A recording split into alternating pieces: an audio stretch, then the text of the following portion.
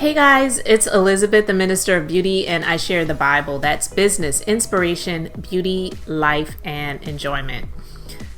Let's talk about intimidation and not allowing the numbers to prevent you from beginning. When I started my business years ago, as you all may or may not know, I am a licensed esthetician. I am a master lash artist. I created a skincare line in 2017. I was a legal assistant prior to that for 12 years before I transitioned into the industry of wellness and beauty. And I never looked at the numbers of who else was doing what and all of those different things. So to be honest with you, when I began, I was just really on my journey, not looking around at what other people were doing. And so I learned as a matter of fact that my business that I created in 2008 was one of the first in my state, let alone in my area, the only one that specialized in lash services. I was the first master lash artist in my state, one of the first people in my state to specialize in, not even just specialize, but to be a lash stylist. So I learned these things as a matter of fact as I was moving forward. It wasn't something that I researched to find out about before I decided to make the move to do it. It wasn't. And so those things didn't intimidate me from beginning. It didn't stop me from beginning. And in actuality, I'm really grateful, knowing the type of person that I am, dealing with the perfectionist thing and the imposter syndrome, which many years ago I didn't even realize that that was a thing, or that I was one of those people that was dealing with it and was affected by it. And, you know, being this Virgo that likes to have things like just perfectly pristine as much as possible, I'm really grateful that I didn't allow those thoughts to even come to mind.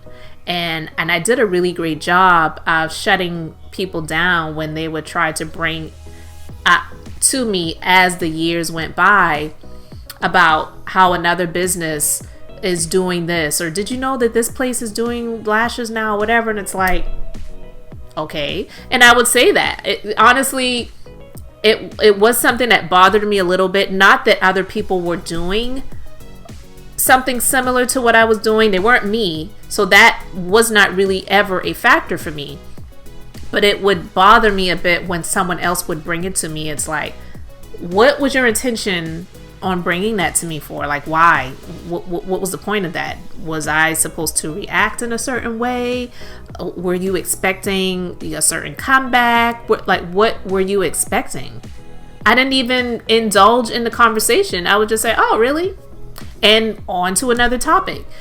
It didn't matter to me. I never paid attention to that stuff. And I still don't, even to this day, knowing full well that 14 years later, there are definitely more places that are offering service that I was one of the first to offer in my area, let alone the state that I'm located in. It just was not something that I focused on then, and neither do I now. And so I'm grateful, because at one point I have 4 business locations. I'm down to 2 now. I've transitioned and I pivoted over, some time due to the pandemic and other things prior to that. But I don't want to work with everyone. Neither am I supposed to work with everyone. I get it. Not everyone has to travel to me anymore. I dealt with that for a lot of years. I don't have that sort of responsibility and demand on me anymore. So I'm grateful for it. I can focus my energies in other areas and on other things. And that's what I really want to do. All right. And so when I started my skincare line in 2017, God, I can't even tell you how many skincare lines there are out. So I didn't think about that. I just said, this is what I know. This is what I enjoy. This is what I love, as well as I wanted to be able to have a product specifically for my brick and mortar business. And then I expanded it to be able to offer it to people who are not able to come to my business to purchase products or get a skincare service done. So that has been doing really well, and I'm grateful for that as well. I didn't allow the numbers of other product lines out there to intimidate me and to stop me from beginning. I just went ahead and did it. And I said, it's going to work out and it's going to do great. And it is. And it's going to do even better because I'm believing that. I'm working on it. And I'm excited about what's to come.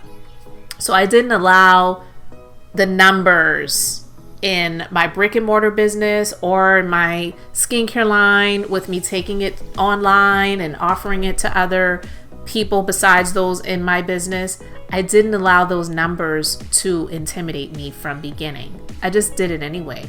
And that's what you have to recognize and realize, because I do believe that there's a market for everyone. Some people want to grab hold to the market share and they want to be the number one and all of these different things. That was never my goal.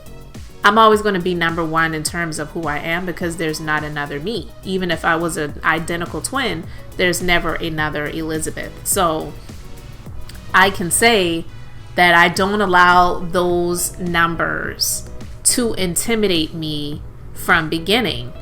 I just moved forward and I did it. And I'm grateful because I've gotten great feedback from my brick and mortar business over the years, still do. And the numbers prove it. And I'm doing the same with my skincare line that I created several years later. So if you don't allow those numbers of comparison to intimidate you from beginning, you will definitely see success. So just remember that the only thing that you should be focusing on is yourself, your business, and your plan, and knowing that you have a purpose for what you're doing. And your purpose does not involve comparing yourself to others. Period. So thank you so much for watching this video. Thank you for liking and subscribing to the channel.